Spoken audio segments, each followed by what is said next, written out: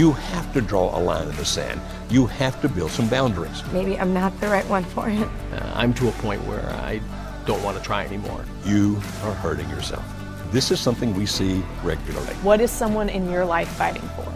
And how can you be there for them?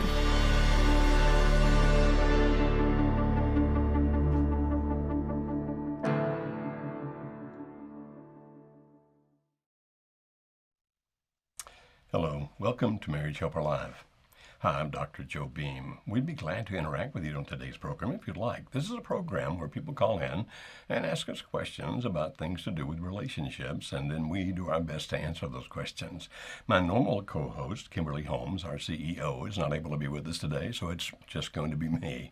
If you'd like to talk to me and have some of these questions that we could interact about, then please call us at 657-383-0812. That's 657-383-0812. And of course, that would be a country code of 1 since we're in the United States of America. Before we get to the first call, let me tell you something I ran into 3 different times in the last few days, and it was almost the same thing, although it was always different people. They were husbands and wives, and they were interacting with each other in my presence, and they were arguing, but none of them, not one single one, not a husband, not a wife, understood what the other person was saying. And it was not because they were speaking different languages. It was because of the fact that each person was so intent on defending himself or herself. Like, for example, if she were to say, well, if we were only to do blank, and he would go, wait a minute, we've done blank many times. Don't you understand? And so he was answering as if they were dealing with just facts and not understanding that really what they were talking about was emotions. And it happened in all 3 situations. Back and forth, back and forth, back and forth.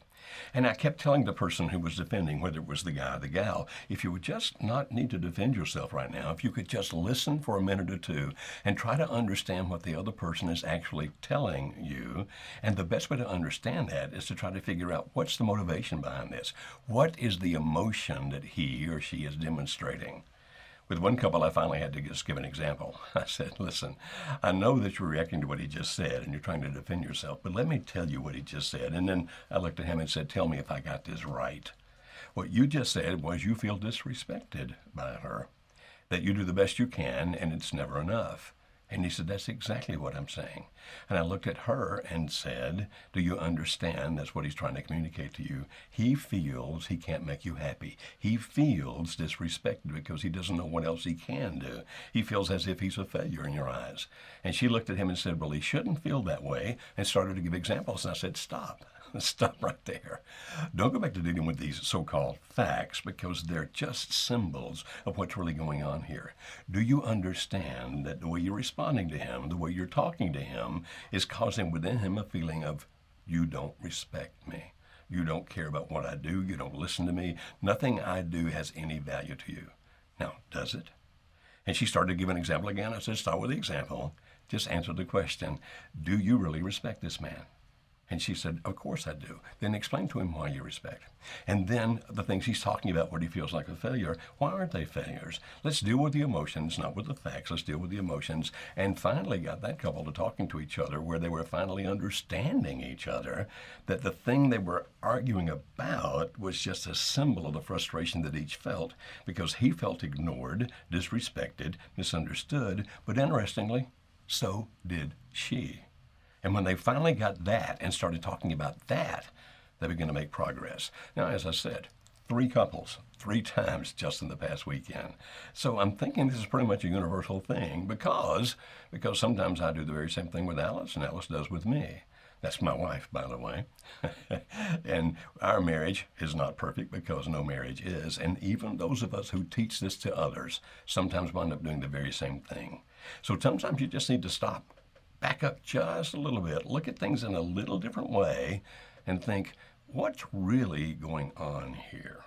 And if you are still arguing and not understanding and not making any progress and it's getting worse, then one of you or both of you is missing the point. And it's okay. It's actually worthwhile to say, you know, I think we're both missing the point. At least I know that I am. What do you think we're really arguing about here? Let's see if we can get it down to the core. And if you can do that, if you can actually make that happen, then you can wind up having a really good conversation. Now, because I'm by myself, I'm looking at the screen over here, saying who the callers are, so forgive me if I look away from you. I've got to be able to read to see who's next. Again, our telephone number is this. It's 657-383-0812. Now, when you hear the answer, if you just want to listen on your phone, then do nothing else, just listen. But if you want to talk to me, if you want to ask a question, interact with me, when you hear that first answer, which will be a recorded answer, press the number 1. And then that puts you into the queue so that you can talk to a call screener, which eventually then can put you on with me so we can have a conversation with each other. Okay, so we're going to our first caller now, and he is in Pennsylvania, and this is Chad. Hi, Chad. How may we help you today? Good afternoon, Joe. I very much admire the work you've done and appreciate your insight that you provide for everyone. Well, thank you so much, Chad. Thank you. Certainly. My just a brief background. My wife left 2 months ago to be with her LO, which at the same time is when I even found out that an affair was happening. So you've only known for 2 months. Let me make sure I get this right. You've only known for 2 months that she was involved in an affair. That's what you just said. Okay. She literally left me while I was asleep. Oh, okay. I'm so saw sorry. Any signs of it, warnings or nothing. Okay. Until she moved right in with him. Okay. Nonetheless, we have 2 teenage stepdaughters who I have raised for the last 10 years as full-time dad, that for one reason or another during this time have completely cut off communication with me whatsoever. And today, actually within the last hour, the oldest stepdaughter, which is 20, she's in college, reached out to me and asked if I would meet her for supper. Okay. And my question is, while I do not plan or will I bring up anything at all between me and her mother, how do I handle if she asks me questions? My wife has has let me know that the oldest stepdaughter does know what is going on. And the oldest stepdaughter is actually not even staying with her mom, but I'm not sure how to... Not sure of what? I'm sorry, I didn't hear. I said that again. I didn't hear what you said you're not sure of. If my oldest stepdaughter were to ask me any questions at all concerning my wife's situation or anything of that. Okay, that's fine. I thought that you said something else at the end there that I didn't hear. I'm so sorry. Chad, when it comes to situations like this, it's a good thing that she already knows what's going on. Because one of the things you want to be very, very careful about, and it sounds as if you really understand this already, and so I give you some kudos for that, my friend, is that you never want to appear to throw the other person under the bus. Now, based on what you're saying, my understanding is that biologically these are her daughters and they're your stepdaughters, that you have been in their life for these 10 years, or lives for these 10 years. And how long has it been since they've had no contact with you? 2 months, literally. The day that my wife left, I didn't even know what was going on. So I reached out to my oldest stepdaughter just to see if she had heard from her mom. I never even got a response, which is totally uncharacter. So I believe she was given a heads up. She may have been. But yeah, it's been 2 full months. Okay. And when she contacted you, did she actually call you or did she text you, email? What was the contact? She texted me. Okay. So there's no way for you to read the tone of voice or anything like that. My suggestion, Chad, is this. No. Don't try to anticipate. Because if you try to anticipate what she's going to want to talk about, then you may, just because you anticipate that, put yourself into a frame of mind where that if she comes from a different direction altogether, you're going to have to find yourself changing around. And so if you can, try your best to be as neutral and not anticipate anything. Now, she may be coming to tell you that you're a dirty, rotten scoundrel because of the fact that Mama may have told her that. But she may also be coming to tell you that she's not happy with what her mother's doing and she's very unhappy with the life that's happening right now, and that she may be coming to tell you that she's sorry that she's been in no contact with you. Understand that the things here are almost limitless in the possibilities of what she might be coming to talk about. Now, since she already knows that her mother's living with another guy, she already knows that she left you to go be with him, then you don't have to be worried about sharing that information. You would otherwise, because you don't want to come across as throwing her under the bus, but you don't have to worry about that. And so my suggestion is this. Right. Feel free to be honest to answer any question she asks, unless she asks a question about how you feel about her mother. Now, if you can answer it like I still love your mother, that's fine. But if you're going to answer it in any other way that could be construed as any kind of slander or put down toward mama, I recommend that you don't answer those questions at all. And so if she says something like, my mom's acting like a slut, you don't say a word. You don't say anything like, yeah, no, she is right now, or anything else like that. If she says what she feels, you just acknowledge it. You know, I understand. I do understand. And if she says, are you hurt? Then answer honestly, yes, I am hurt. Would you like for your marriage to come back together? Very much, I would like it to come back together. And so you're going to be as neutral as you possibly can. And as long as you're careful not to say anything that appears to put your wife down, then you're going to be okay. Now, the second question from me, though, to you is this. What if she is there to attack you? How are you going to handle it? I'm not saying that's going to happen, but if it were to happen, how would you handle it, my friend? Well, first thing I would do is take a very deep breath, but I would just very politely and calmly tell her that, you know, this is not a conversation that I wish to have at this time. Okay. And that, you know, I respect that she's upset or hurt or whatnot, but that I don't feel comfortable proceeding kind of at this time. And that is certainly your right. That is certainly your right to do that. And if you do that calmly, that'll be okay. If, on the other hand, you find yourself in a position of strength, if when you get there, if that were to happen, and I'm not even thinking that this is going to, but if it were to happen, if you could just listen and say, I understand, I hear what you're saying. If you can do that without getting mad, without defending yourself, then you may open a lot of doors with her, a lot of doors. Because I'm assuming, based on what you said earlier, these girls really matter to you. You do care about them. Yes, yes. Well, very much. And my other, I guess, question, and that's why I was kind of very leery about even mentioning anything, is I'm also not sure. I know the oldest does know she is living with this man, but I don't know what she was told, obviously. Right. Is my wife and I do anticipate, you know, my wife has mentioned about wanting to move back home. So we are kind of in preparation of that, but I don't want to get in a situation where maybe my wife has said one thing to her, I'm saying a different thing, and then before you know it, it's all very wise. You know. Very wise. That's why you do a lot of listening. Do a lot of listening. If she asks you a direct question, you answer it honestly. But I would, if it were I would veer away from speculation. If she were to say, if Mom were to come back, how do you think things are going to be? If it were I wouldn't answer that question directly. I'd just say, I would love for your mom to come back, and whatever it takes, we'll figure it out. You know, the kind of thing where you're being generic. Therefore, you're not giving her any information that's contradictory to what she's getting from Mom. Now, see, you didn't tell me to begin with. There's a possibility Mom might be coming back. That kind of shifts this thing. My guess is then it's going to be one of two things. I'm not God. I don't know. But I'm guessing it's either going to be anticipatory of if Mom comes back, you know, what kind of things need to happen, or are you sure you're going to be good to my mom if she comes back? And if she does that, then of course you're going to be very kind, very gentle, very understanding, and not throwing Mom under the bus in any shape, fashion, or form. Actually, if I were you, I'd be kind of looking forward to this meeting, even though it could be her attacking you. That's always a possibility. I'd be kind of looking forward to this because of the fact that Mama is considering coming back, and she may want to be able, you know, in some way helping to facilitate that. So I hope it goes well for you, my friend. I really do. Okay, thank you very much. And now we got to go down here to, and we're going over to Arizona. All right, and we're going to be talking to Lisa. Hi, Lisa. How are you today? Lisa, are you there? Hi. Okay, I can hear you now. How may I help you today? My husband is in the valley since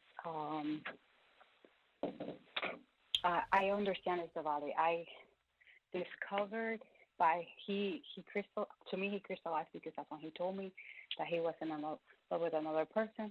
They were coming to live with us. I mean, live in my town. It's been 3 months, July 30th. But we lived together for 2 months.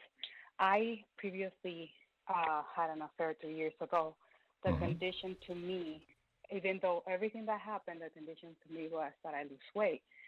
And I didn't lose the weight because I was going through a lot of stress. I eat my feelings, a lot of things, and he was very angry. That's when I learned about marriage helper. I thought I was crazy. That's how I figured out that I was in limerence. I tried to explain it to him, but he never wanted to hear anything. For 3 years, he was angry. For 2 years, then he started a limerence affair long distance since November last year, so it's been a year now. He crystallized 3 months ago.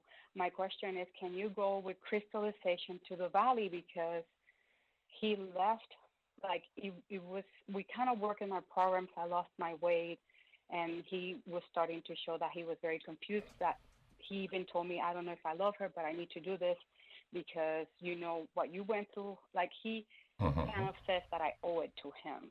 He acts like I owe it to him because of what I went through.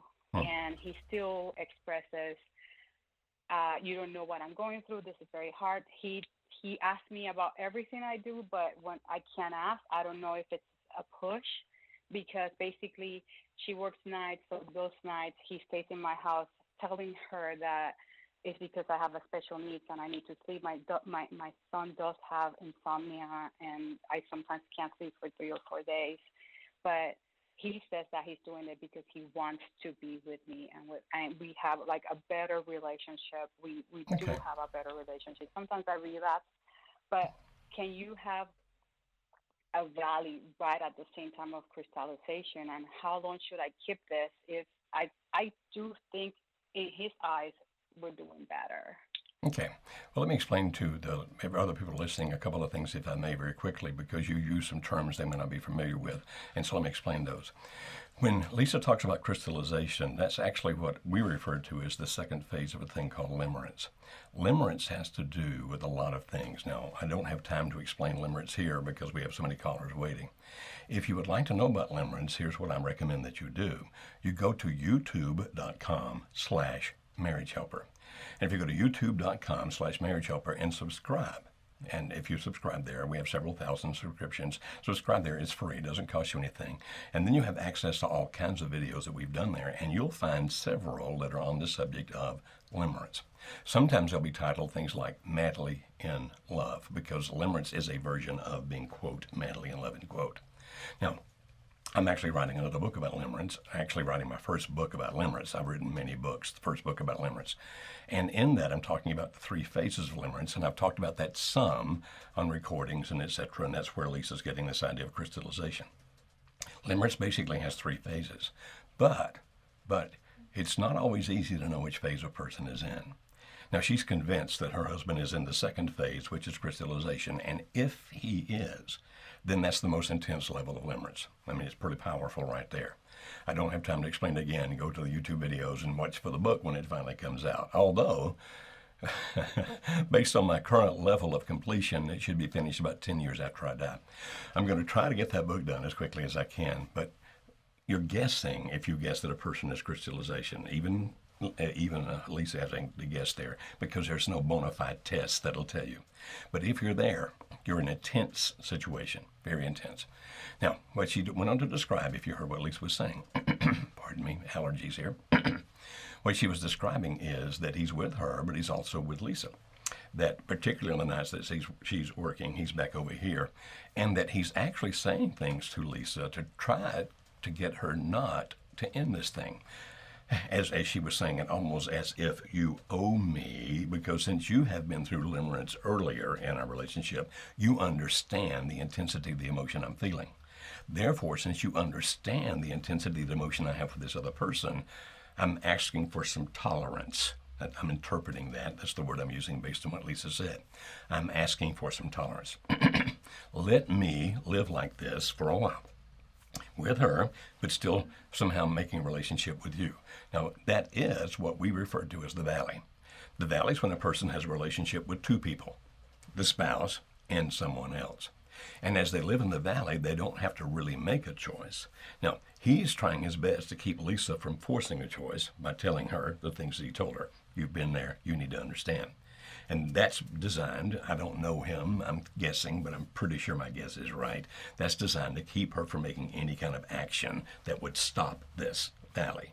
In other words, I'm living here with a relationship with her and a relationship with you. I'm kind of getting the best of both worlds. I don't have everything I want from either, but I'm getting enough from each that is kind of comfortable for me to stay here.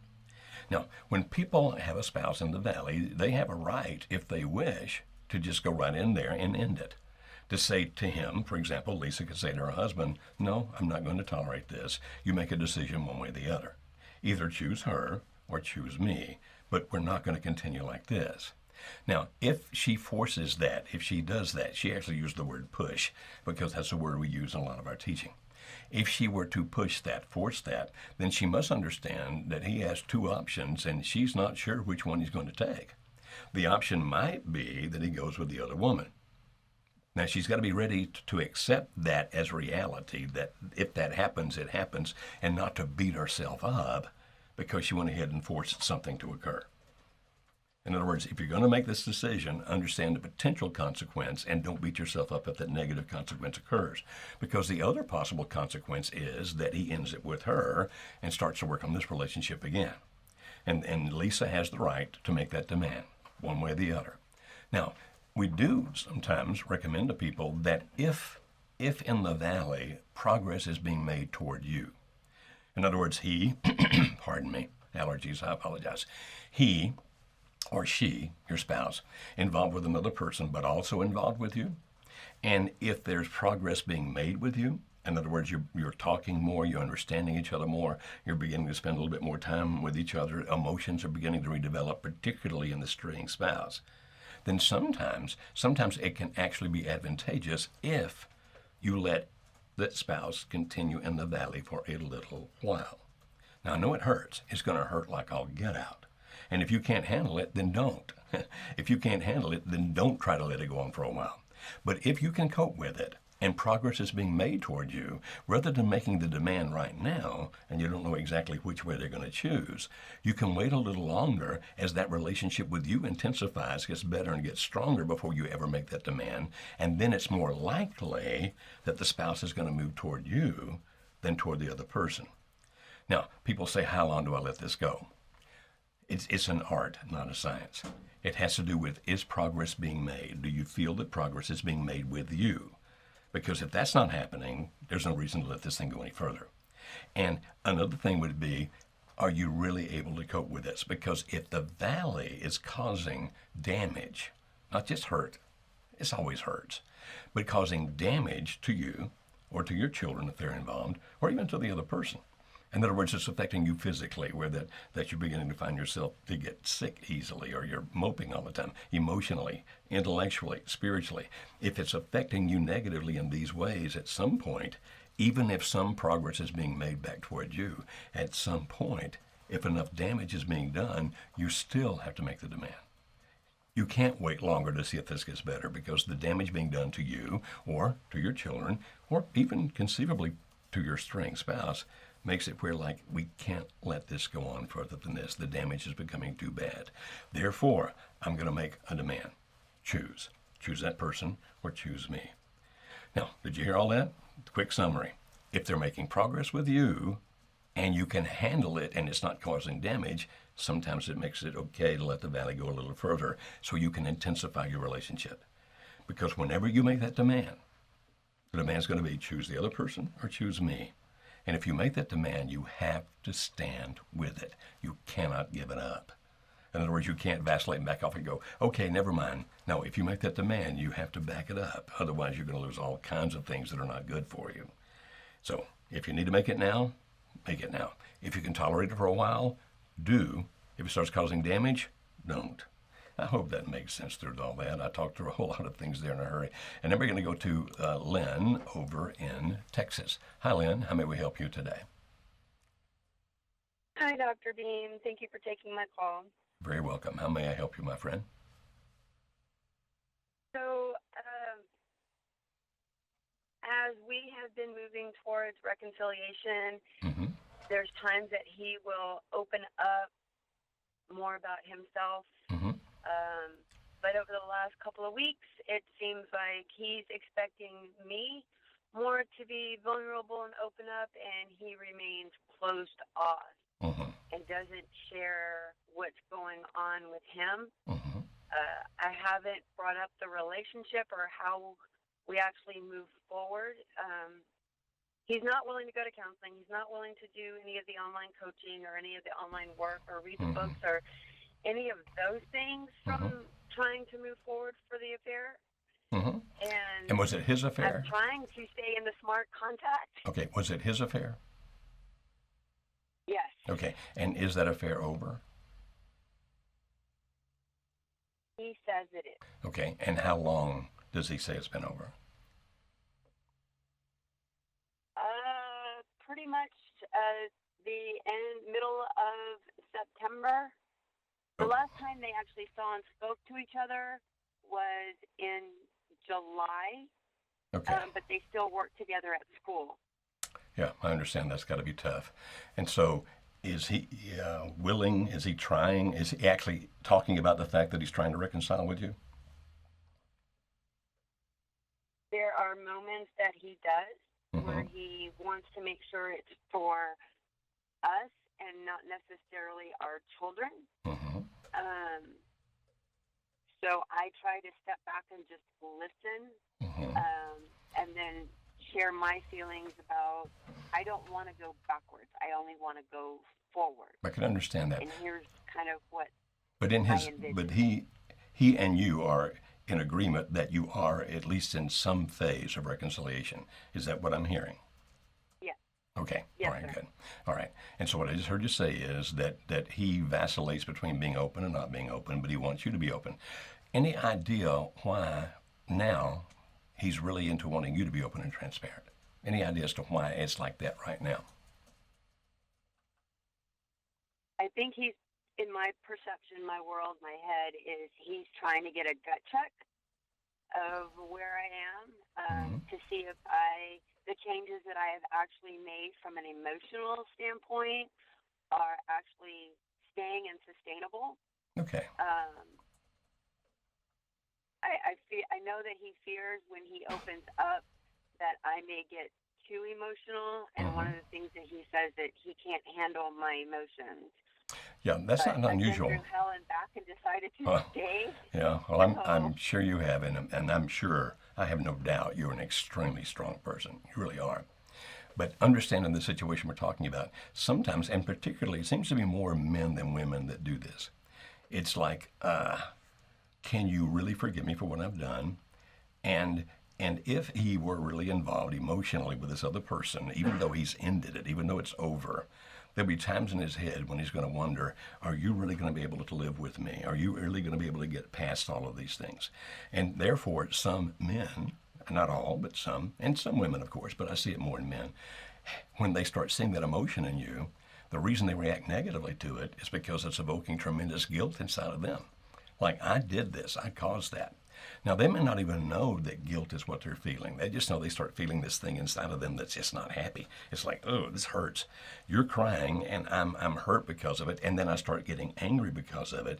But it's not really because you hurt. It's because deep down inside, I know I caused that hurt. Now, I know that's not logical, but we're not talking about logic. We're talking about emotions here. And so for that to occur doesn't really sound scary to me. It's like, okay, that kind of is par for the course. It happens a lot. I would recommend you not panic about that. And if he goes through something, reconciliation is more like this, Lynn. Reconciliation is not diving into the deep end of the pool. Reconciliation is starting to wade in from the shallow end. And you wait a little bit, and then you stop, and then you wait a little bit more, and then you stop, and then you wait a little bit more, and then sometimes you back up 3 steps. And that's really how reconciliation works, because you're having to re-put everything, not re-put, you kind of have a new way of putting things together because you don't want them to be like they were before. And so to have that kind of vacillation, that kind of back and forth thing when a person's wading into it, again, that's not really scary when we hear it because we go, well, that's kind of the way it works. But the question is, are you deeper into the pool than you were a month ago?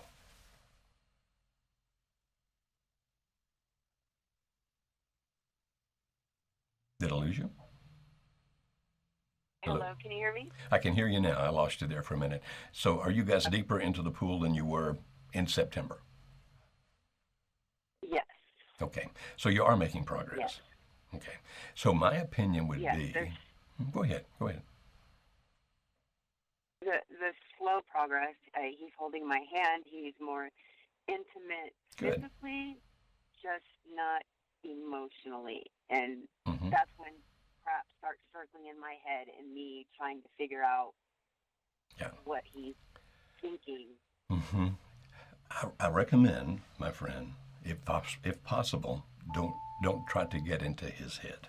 Okay, just understand we're waiting. Sometimes we'll wait a couple of steps back, but we're waiting. We're making progress. We're going toward the deeper end, and when we get there, it's going to be full commitment because it's in sink or swim. But everything I'm hearing here sounds like it's kind of part of how these things happen. So while I understand you thinking, why is he all of a sudden closed off, and why is he doing this and why is he doing that? If you keep asking yourself those questions, Len, you're going to drive yourself crazy. Because I'll guarantee you there are times when he himself doesn't know why he's doing those kinds of things. It's just the way it happens. But hey, it sounds good to me. I think you're making great progress, and I know you've been to hell and back, and I am proud of how strong you are, my friend. And then we're going to Chris in Minnesota. Well, at least I thought I was going to Chris. Let me try that button again. Chris in Minnesota. Chris, I think you're connected. Are you there? Can you hear me? Yeah, I can now. How may we help you, my friend? Okay, thanks for taking my call, Dr. Beam. Okay. I'm from Michigan, too. So. Oh, it says Minnesota on my screen here. So therefore, you have to move. My screen can't be wrong. So okay. Okay. All right, Michigan. How may we help you, Chris? Let me explain. I guess a little backstory here. I've been married for 13 years. We've been together for 20, high school sweethearts. And about 4 months ago, kind of blindsided, where my wife's always been kind of a bottler of emotions, and supposedly she was going through some stuff in our marriage that just kind of overbearingness and this and that. Little things I think could have been worked out with talking, but like I say, she's kind of buries her emotions, doesn't like conflict, and kind of blindsided me with basically waking up one day and saying she's not in love with me anymore and doesn't want to be with me, and got to make a decision of, we have 2 young kids, 2 young boys, and wants to try to make it work for them. And it's been a process for the last 4 months of basically trying to live together, coexist, co-parent in our house. And it seems like through this whole process, of course, I'm heartbroken and I want nothing more. I've told her, I'm here for you. I support you. I'm always here for you. So let's just try to work this out. And after looking at some of your courses in this, I think at the beginning it didn't start out too well, where I, probably tried to, talk to her more than maybe what I should have about this, and seemed to push a little bit, I think her away, and from not wanting to talk about it. And there was an emotional affair that I found out about a month into this, and ever since that, it has been physically and emotionally kind of cut off between me and her. She's on separate floors, living on a separate floor. We don't sleep together. Like I say, she was my best friend, doing everything together, and now, we have no outside life together. We don't really do stuff. We're just basically co-parenting. Okay. And it seems like over the course of the last few months, whenever we try to talk, I kind of live by the golden rule: treat others as you want to be treated, and this and that. And there's a lot of hate, I think, and a lot of guilt in her heart. I don't know this 100%, but how she talks and how she treats me, it's a lot of disrespect. It's 180 degrees difference from the person I knew. So it's hard to live with that, and I've been very positive and been trying to do that. It just seems like recently it just keeps getting worse and worse. Okay. And I'm just wondering, I want to be with my wife. I want to keep my family whole. I'm just trying to see what are good ways to do that when it seems like all you get is negativity every day. And that's got to be tough. I know it is.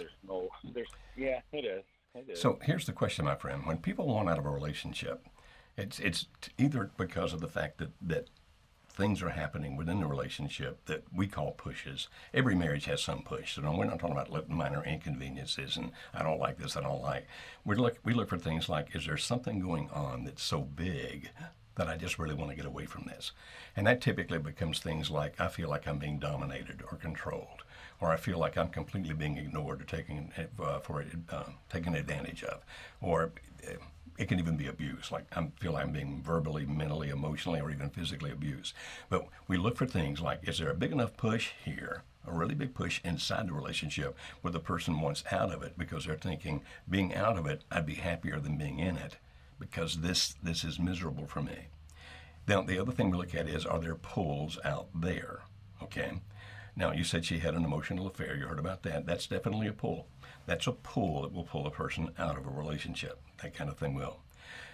The stronger the push there is within a relationship, the less power the pull has to have. The better the relationship is, the stronger and better it is, the more powerful that pull has to be to pull them out. Now, she was in the emotional affair. My understanding from you is that that's ended at this point. Is that your understanding, that it's over? Yes, that was with someone that we knew, and it was more on her part than his, and he didn't want it, and luckily he knew us, and you know that was kind of never went anywhere. My worry is, of course, in my head that happened once. She tried it. Mm-hmm. Luckily, it was just someone we knew, but you know, and she's had a big transformation of her change in appearance and everything. So it's it's just things that play in your head, I guess, of. Well, that can be a pretty powerful thing. As far as you know, is there some big push? If I were to talk to her, if she and I were sitting over coffee somewhere, and I were asking her, okay, tell me about things with Chris. Is there anything in the relationship with Chris that you just feel is a big push, pushing you away from him? Would there be one? Would she tell me something? If so, what would she say? Currently, it's maybe once every couple weeks or every 3 weeks. I try to kind of get a feeling of where she's at, how are things going. It seems like things are going great, and I just want to and she does not want to talk about it. But I'm asking about before. I'm talking about 2 or 3 months ago, before you found out all this stuff was going on. What would she have said then? I guess you could say that a little overbearing or controlling. That's how it kind of started. That she thought. And is that correct? Are you sometimes overbearing and controlling, my friend? I don't really see it, but I guess with certain incidences, maybe a little bit. I mean, I might we're with a group of friends and we want to go out to dinner or something. I might want to voice my opinion more than I guess it's one of those. I try to get my way more than others, but if that's the case, change that. And it's nuts up. If that's the case, my friend, here's my strong recommendation to you. If she feels controlled and dominated, even if you don't intend it, you see, we often look at how is it affecting the other person. No matter what my motivation is, how is it affecting the other person? Now, I'm not talking about a false affectation where a person's pretending, oh, he's overbearing, and that is an excuse they use to get away from you. I'm not talking about that. But if a person really feels that way, then what we strongly recommend is if that's how you're coming across to him or to her, we're talking now to the whole big audience here, that I'm being controlling, I'm being dominated, whatever else it might be, if that's how they're perceiving it, rather than defending yourself, rather than saying, well, I only did that a little, or she shouldn't react that strongly, our recommendation is the first step that you do is to examine yourself and go, is there something there I really need to change? Is there something I need to be less intense about? Is there something I need to understand about the other person? So rather than defending ourselves, as I started this program back, 40 minutes ago. As I started this program 40 minutes ago, I was talking about the 3 different couples. I talked about 2 recently, and they weren't really hearing what the other person was feeling.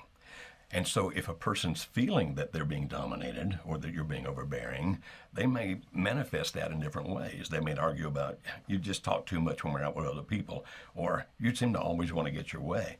And you say, well, that just gives me everything in a nutshell, right? No, what you really want to get to is what they feel. And if you can say, sometimes I think I probably do that. If you think I do, then surely I do. What kind of emotions are you feeling when that happens? if they say things like, I feel disrespected. Now, he said he felt disrespected. I get it. But if she were to say, I feel disrespected, or I feel as if I'm not important, or I feel as if I'm being treated as a child, if you can get down to those things and understand those emotions, you're beginning to understand why somebody would want to be out of the relationship. Now, that understanding doesn't automatically fix it, but that understanding is the first thing that has to happen if you're going to figure out how to fix it.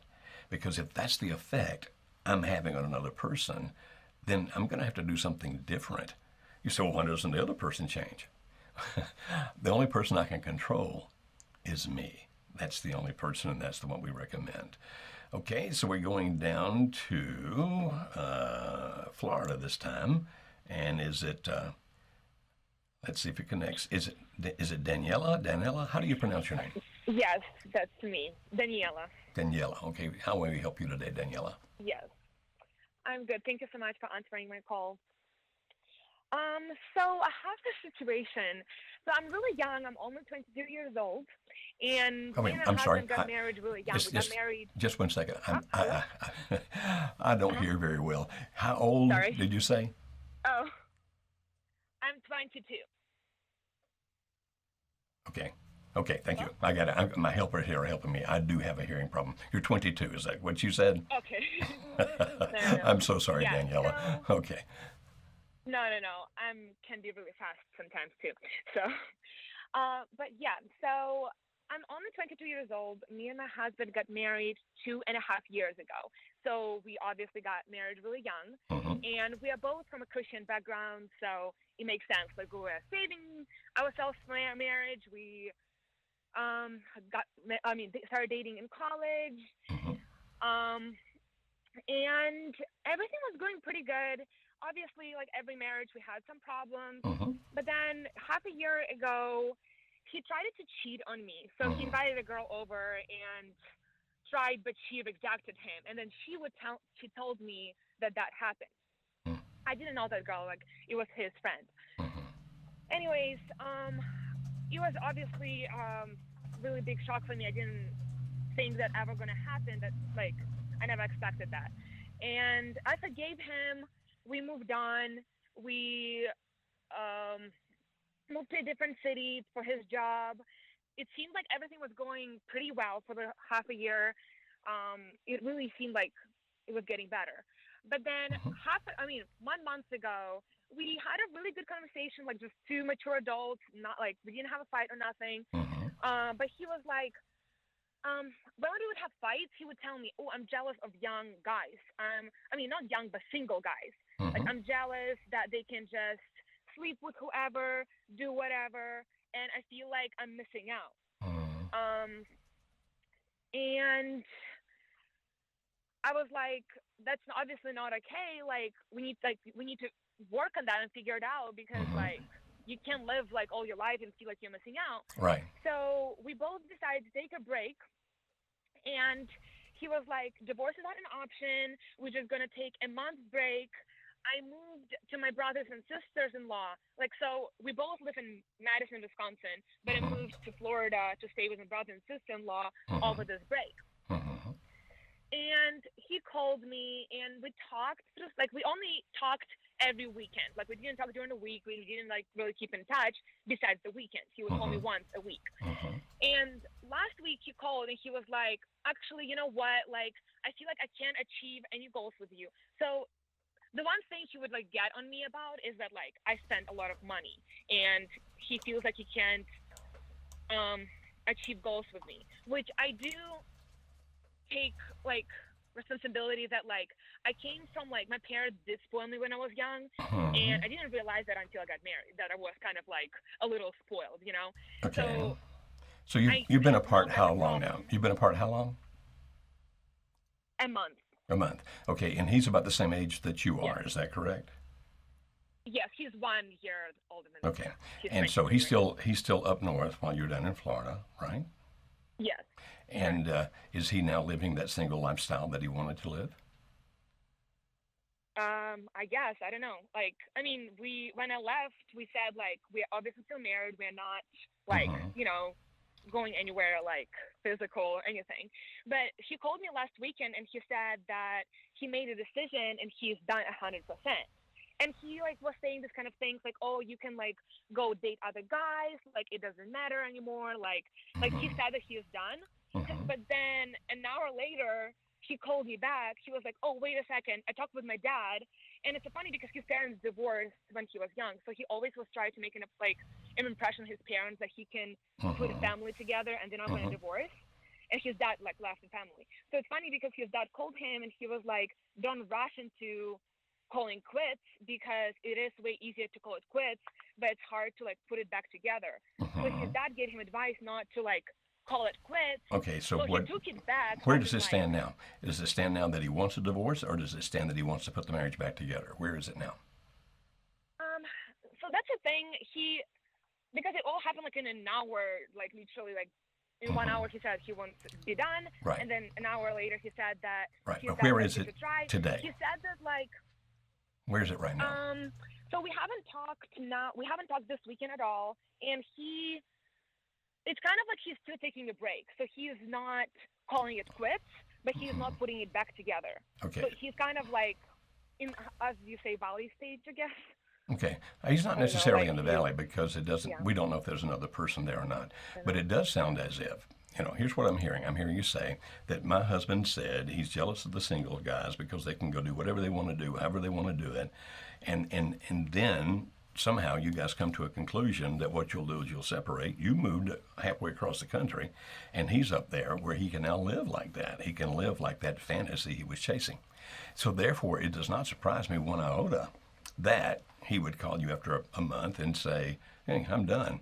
Because if that's the fantasy he was chasing and now he's living in it, but for a short period of time, he's been in it just long enough to get the upside of it, but not long enough to get the downside of it. And to then call you back and say, I'm liking this, I don't want to be married to you. I mean, I can understand that. I get how that happened. I'm glad that his father seems to be a voice of reason where he's saying, you ought not do this. But Daniela, here's what I would recommend. If you really want to make this marriage work, it's not going to work if you're living in Florida and he's living up there and he's living the life of a single man, which he told you was his fantasy. That's what he wanted to do. Now, you cannot make him move to Florida. Of course, you could move back up there if you wished, but I'm sure there's some obstacles in that. There's also some risk in that. I mean, if you move back up there and he's continued to live that the lifestyle and continue not to live as your husband, then that's going to be miserable for you. The bottom line now is this. Either you somehow tell him and he responds positively, I'm ready to work on the marriage, we need to do some things together. Which means either I come up there or you come down here, we do something. I mean, like, would you be amenable? You can ask him, would it be okay with you if I move back up there and move in with you, if you're willing to take that risk?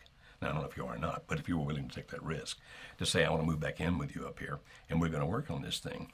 But as it stands the way it is right now, as long as it's continuing to go as it is right now, the only hope I would see for your marriage would be if he is in that single lifestyle long enough that at some point, he starts to get to the negatives of it. Like, it's not all just fun and games and drinking and carousing and women. There's loneliness. There's looking for meaning. There's wanting to have some kind of fulfillment. There's wanting to have, knowing that there's one person in my world that loves me and will be with me no matter what. So that single life in and of itself will not be fulfilling forever unless in his mind he's a little boy and continues to be a little boy. If he ever grows up, he'll want companionship. The difficulty you have is that you're down in Florida. And when he comes to that downside, if he's got no contact with you, no real contact with you other than a phone call every so often, then if he decides that he wants a companion and to settle down and to grow up, it's more likely that's going to happen with somebody he meets up there. Now, I'm not trying to scare you. I'm not trying to tell you that life is miserable and this is not solvable. But with you being half a country apart, and him living that lifestyle, if you have any hope of this, my opinion is that something has to change. And you're probably not going to convince him to move down to you. So you have to decide within yourself, am I willing to take the risk to move back up there if indeed he will let me live with him and we will do what we need to do. Okay? And so now we're running out of time very quickly here, so I'm going to try to get another call or two. Let's go. We're calling to Canberra in Oklahoma. Is it pronounced Canberra? Am I saying that correctly? Canberra, that's correct, yes. Okay, how may I help you, Canberra? My husband and I recently just started reconciliation this last week. And when he moved back home, we had some discussions about kind of moving forward and what needs to happen. At one point, I asked him about the relationship between his mother and myself because we used to have a very good relationship. And then when we separated, he vilified me at some point to the point that she no longer spoke to me all of a sudden, even blocking me on the phone, even though, you know, one day she was speaking to me, and then the very next day after he went and had a conversation with her, you know, all of a sudden there was no more communication. And so I said, well, you know, we kind of need to repair that relationship. So, you know, what was it that you talked to her about? And of course he's like, it doesn't matter what I told her. We just need to move forward. We don't need to talk about any of that. I'm sure you guys will fix things and it'll be fine. So he just wants to kind of sweep it under the rug, and I don't know how to kind of move forward. Need some advice, I guess, to move forward on repairing that relationship as well during this reconciliation process. How important is that relationship to you in terms of reconciliation? Like, for example, would you still reconcile with your husband even if things never got better between your mother-in-law and you? Would you still reconcile? Absolutely. And that's kind of where I left it the evening that we had this discussion. I said, you know what, you're right. At this time, we don't need to talk about that. We need to worry about our relationship and get it on a better path because it's very fragile at this moment itself. And so that's something we can discuss later down the road. But with the holidays coming up, I know I was wondering if it's going to kind of be tense or... Well, otherwise, in personality, what is mama-in-law like? Is she generally a nice person otherwise? She is a nice person.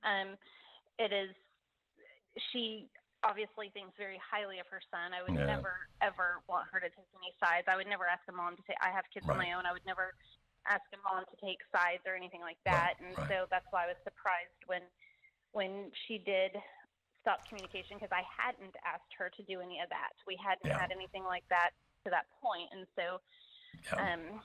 those kinds of things happen. They actually happen a lot, Canberra, believe it or not. Parents tend to side with their kids even when their kids are dead wrong. It's just amazing.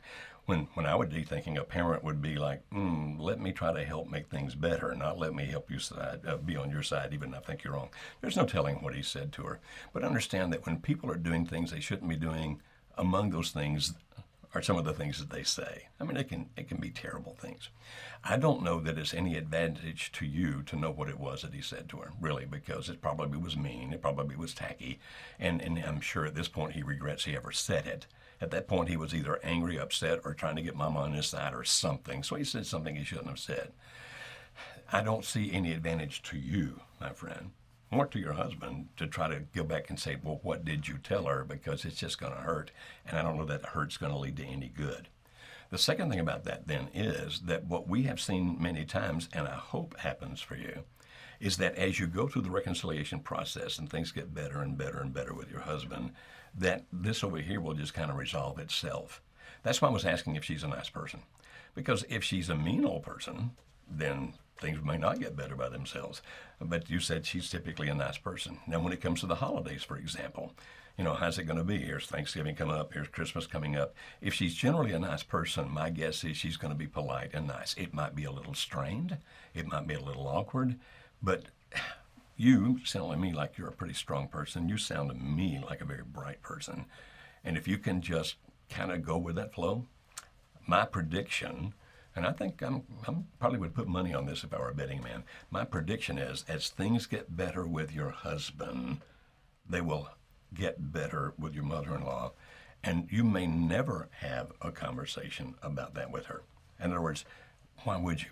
If things get better and you wind up being where you need to be, if you don't need to go back and discuss that, then why bring that up? Why cause the pain?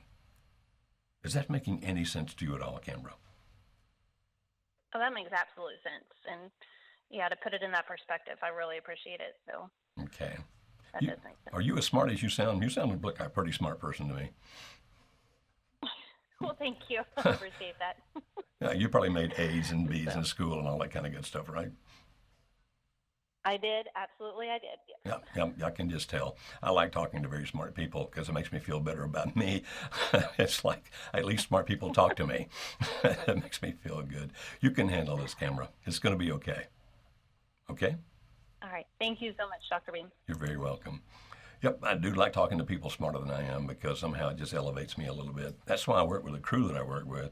I'm looking around our room here. Yeah. As a matter of fact, there are two people in the room with me right now. We have our producer, and he's a very sharp young man. And then our production assistant actually was one of my students at a university here and graduated 4.0 straight A. Brilliant and humble and all those kinds of things. That's the kind of people I have to surround myself with because otherwise I'm a pretty dumb guy. All right, so let's move on. One more call we're going to get here, and we're going to go to New Mexico again. And if I can make it work here, go to New Mexico again and go to Dominique. Dominique, are you there? Hi, yes, this is Dominic. Thanks for taking my call. You're very Dominic, that's how I pronounce it, Dominic. How may I help you today, Dominic? Yeah, Dominic. So my wife and I are recently separating. She actually moves out this Sunday, and I can give you a quick backstory.